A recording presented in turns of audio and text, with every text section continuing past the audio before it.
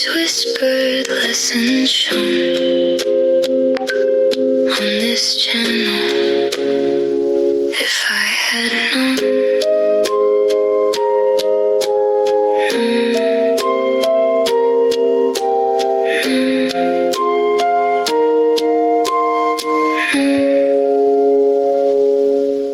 If I had known.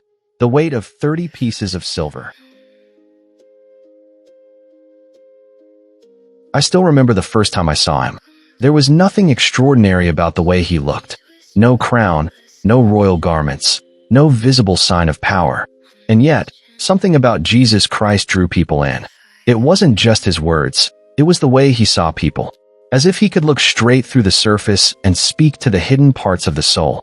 And somehow, he chose me. Me. I often ask myself why. I was not the loudest among the 12. Not the most passionate like Peter, nor the most devoted like John. I watched more than I spoke, calculated more than I felt. But when he called me, I followed. At first, it felt like purpose. We walked from village to village, watching him heal the sick, restore the broken, and speak words that silenced even the most learned men. I saw blind eyes opened. I saw the dead rise. I saw power. And I believed. Or at least, I thought I did.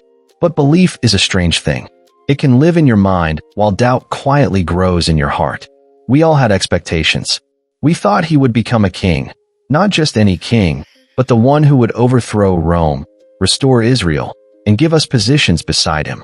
I won't lie, I dreamed of influence, authority, recognition. I kept the money bag. I was trusted. And trust is a dangerous thing when your heart is not fully right. At first, it was small. A coin here.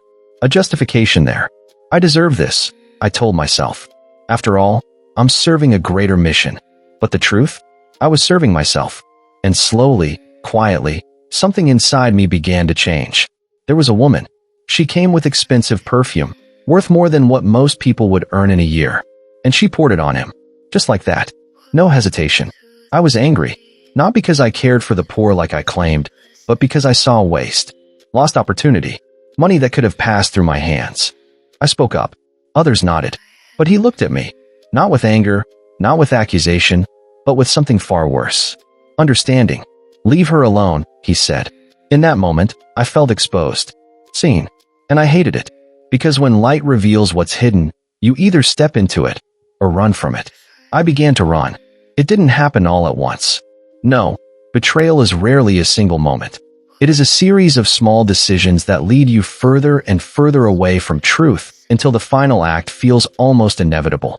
I went to the chief priests. Even now, I can hear my own voice. What will you give me if I deliver him to you? 30 pieces of silver. That was the price. It felt insignificant for a man who could calm storms. And yet, in that moment, it felt like enough. Enough to act. Enough to justify. Enough to betray.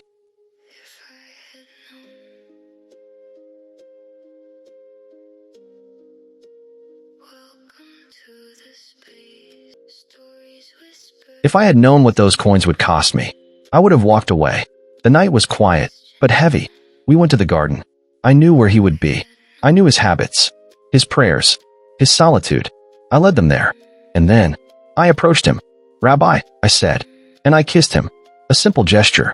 A sign of respect, of closeness, of loyalty. And yet, it became the mark of betrayal. Even now, I feel it, the weight of that moment.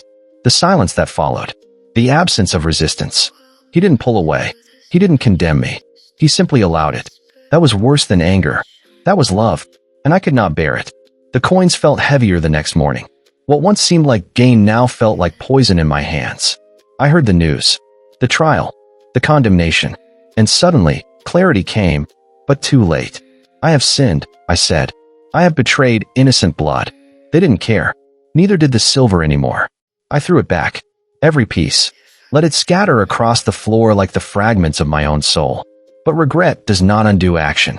And remorse does not always lead to redemption, especially when you don't believe you deserve it. I walked alone. The noise of the world faded behind me, replaced by a deafening silence within. Every memory replayed. Every moment twisted into something unbearable. His voice, his eyes, his patience, and my betrayal. I found a tree. It stood still, unmoved, unjudging. Just there.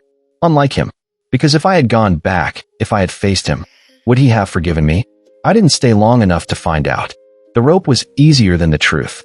The end was easier than the weight of living with what I had done.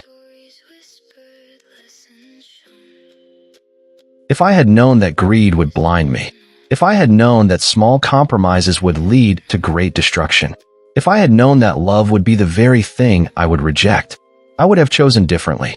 But perhaps the greatest tragedy is not that I betrayed him. It is that I believed my failure was greater than his mercy. Because I saw his power. I witnessed his compassion. I walked beside grace itself. And still, I chose despair over forgiveness. If I had known, I would have stayed. Thank you for choosing If I Had Known YouTube channel, where you get life-changing stories. Stay tuned and never miss the next episode. Ciao.